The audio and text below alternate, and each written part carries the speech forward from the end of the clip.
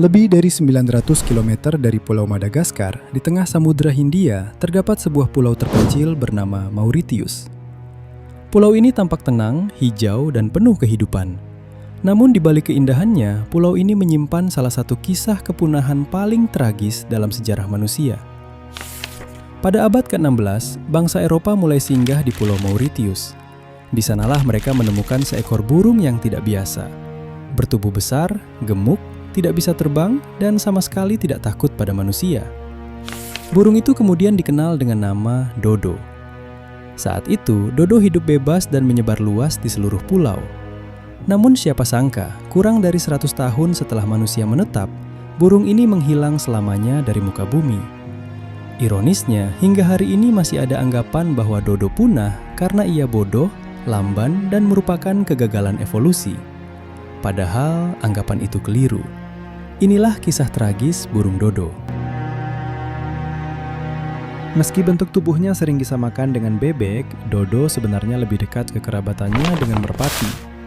Nama ilmiahnya adalah Rapus cucullatus, dan kerabat terdekatnya yang masih hidup hingga kini adalah merpati Nicobar. Meskipun penampilannya sama sekali tidak mirip. Lalu muncul pertanyaan besar. Bagaimana burung yang berkerabat dengan merpati bisa berubah menjadi burung besar yang tidak bisa terbang? Para ilmuwan meyakini bahwa nenek moyang Dodo adalah merpati purba yang mampu terbang, menyeberangi Samudra Hindia hingga akhirnya tiba di Pulau Mauritius. Pulau ini adalah surga alami. Makanan melimpah, tidak ada predator darat, dan lingkungan yang aman. Burung-burung ini pun menetap dan mulai beradaptasi. Karena tidak ada ancaman, mereka tidak lagi membutuhkan kemampuan terbang. Makanan bisa didapat langsung dari tanah. Lama-kelamaan, sayap menjadi semakin kecil, tubuh mereka membesar dan menjadi lebih berat. Inilah proses evolusi alami, bukan kegagalan, tapi penyesuaian sempurna terhadap lingkungan. Catatan tertulis pertama tentang burung Dodo berasal dari tahun 1598 oleh pelaut Belanda bernama Wybren van Warwick. Ia menggambarkan Dodo sebagai burung besar, lebih tinggi dari angsa, berkepala besar, paruh kuat, sayap kecil, dan ekor melengkung berwarna abu-abu. Sayangnya, bagi para pelaut saat itu, Dodo bukanlah keajaiban alam, melainkan sumber makanan.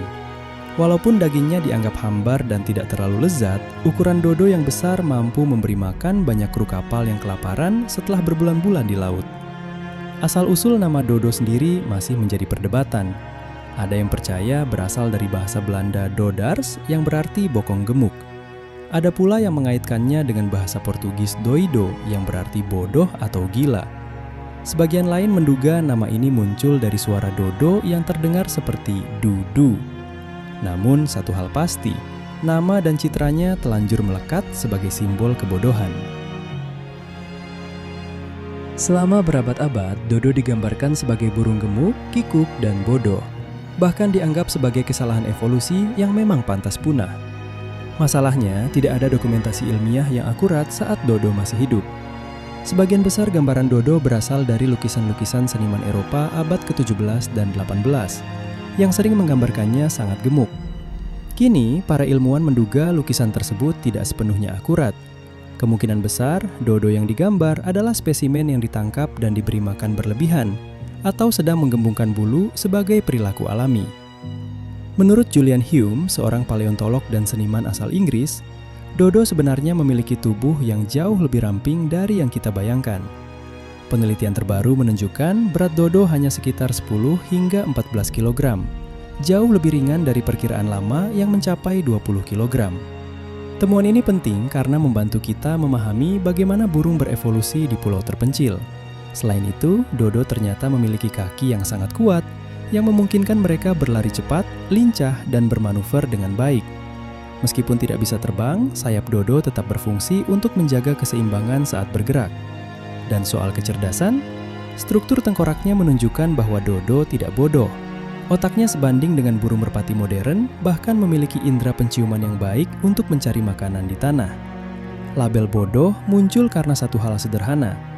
Dodo tidak takut pada manusia, karena di habitat aslinya mereka tidak pernah mengenal predator. Pulau Mauritius sebenarnya telah dikunjungi bangsa Arab dan Portugis sebelumnya, namun tidak ada yang menetap secara permanen. Barulah ketika bangsa Belanda menetap, segalanya berubah. Manusia datang bukan sendirian, mereka membawa anjing, kucing, babi, tikus, dan kera, spesies invasif yang menjadi bencana bagi dodo. Hewan-hewan ini menjarah sarang dodo, memakan telur-telurnya, dan bersaing memperebutkan sumber makanan. Ditambah lagi, manusia menebangi hutan untuk permukiman dan kebutuhan kapal. Habitat dodo pun hancur. Dengan laju reproduksi yang diduga lambat, dodo tidak mampu pulih dari tekanan ini. Perburuan manusia memang terjadi, namun bukan penyebab utama kepunahan. Kombinasi spesies invasif, perusakan habitat, dan ketidaksiapan dodo menghadapi ancaman baru adalah penyebab sebenarnya. Akhirnya, tanpa disadari dunia, burung dodo pun punah. Diperkirakan pada akhir abad ke-17.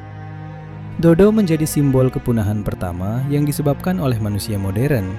Dan sayangnya, bukan yang terakhir.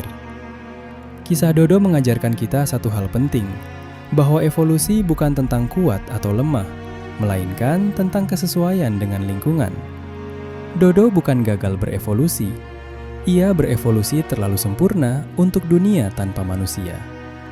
Semoga kisah burung dodo menjadi pengingat bagi kita, bahwa setiap spesies memiliki peran, dan ketika satu menghilang, keseimbangan alam ikut terguncang.